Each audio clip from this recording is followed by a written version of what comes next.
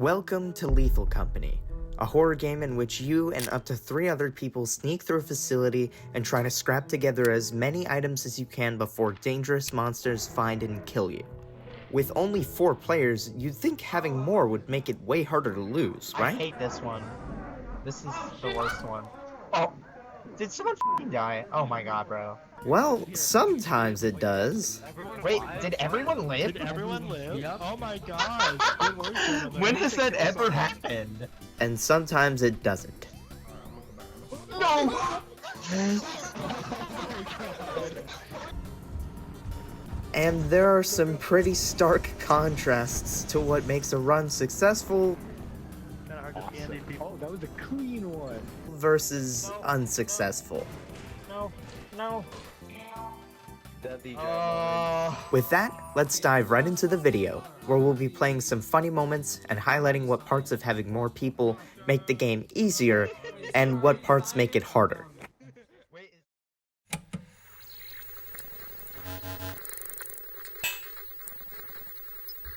I define general communication as separate from something like a walkie-talkie or a signal translator. This type of communication is quite literally word by mouth. Think of it as a line. The line begins at the ship and ends at the entrance of the facility. Whenever something happens at one place... Stop crying, stop crying, stop crying. Okay, goodbye. Goodbye. General communication is the time it takes for knowledge to be brought to the other side. This is automatically better with more players since the likelihood for someone to be heading to or from the ship is higher. Oh, hello. Hello there. There's a coil head in there. Ah. So they negotiated someone to be on coil head watching duty, but with these people, we'll see how that goes. They are the brightest, I'll be honest. If someone's on the ship, they have instant one-sided communication by default via the monitor. No, nobody's dead. Okay, cool. Okay, well, they're chilling. I guess they found a way to deal with it. Oh, I think they had Fork Pluto. is watching Oh, it. Fork is watching. But this can be enhanced by walkie-talkies or signal translators.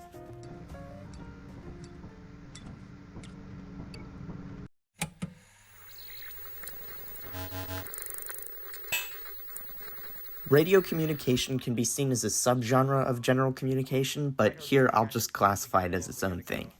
Radio communication is anything that can be transmitted through signals.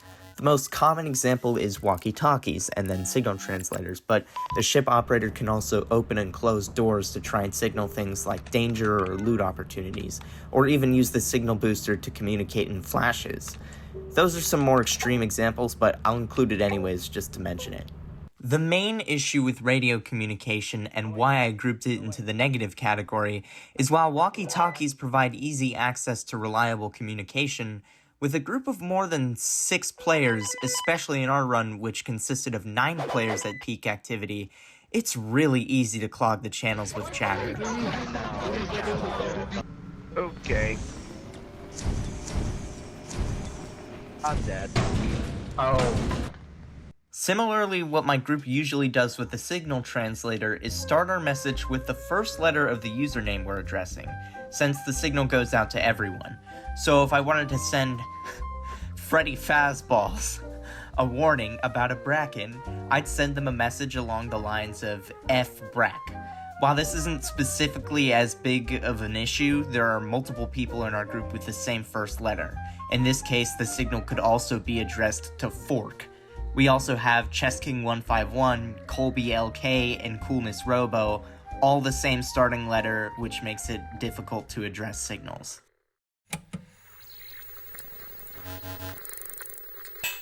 Collecting scrap is a lot easier with more players, as you might be able to guess. Being able to spread out through the facility is more efficient, especially if people are splitting up. Sometimes you could have a player stay back and collect beehives as well, which can be another good way of heightening that scrap count. Navigating deeper into the facility can be dangerous, but with more players you are more likely to bump into someone who knows the way back.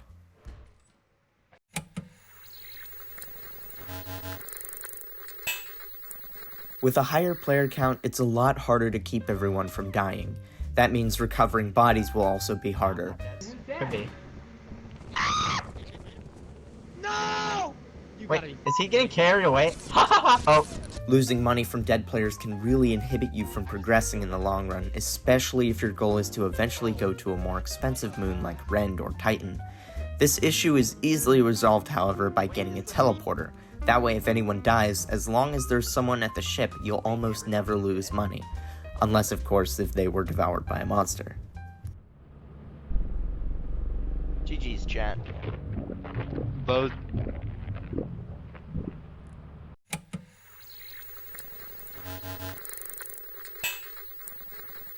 Drawing a comparison to solo players, it's a big advantage to even just have a normal-sized crew, as you can delegate team roles to people depending on what they're best at or what's needed.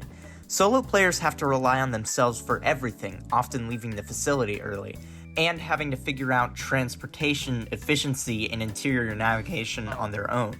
With a crew of, say, 8 players, you can have a designated driver, someone that brings loot back and forth, someone on the monitor who teleports people, opens doors, disables turrets, and communicates with the rest of the team, people that specialize in killing monsters or gathering loot, etc.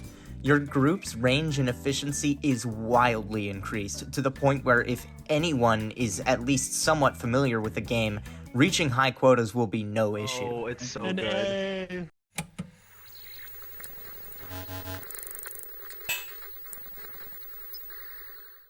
Everyone in your group has their own needs. For example, my favorite item is the spray can. I mark door thresholds to indicate there's no loot beyond the point, and put dots over doorways that lead back to the main entrance. Spray cans are 50 credits though, and players will also need items like flashlights, shovels, and belt bags. Your total credits spent per player will rise the more players you have, which makes reaching goals like buying a jetpack, or a company cruiser, or going to expensive moons like Rend, or Titan, or Dine a lot harder. Of course, playing with more players makes the game easier overall, but the added complications make it a little more on the unpredictable side. If you're going to be playing with more than 4 players, chances are you're just playing for a good time, which is completely fine, and really, at the end of the day, it's the fun that matters. Let me know what you think about my summaries or other relevant points down in the comments. If you enjoyed the video, it would mean the world to me if you subscribed or left a like to show your appreciation.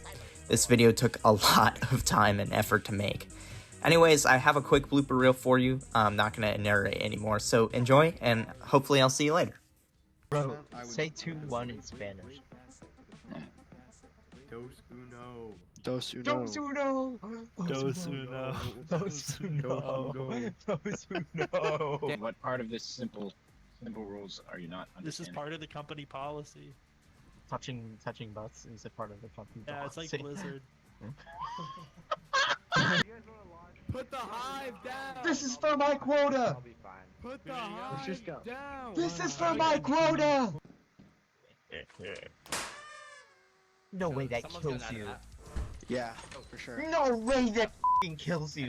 No, bro. I didn't push Anyway, it. no.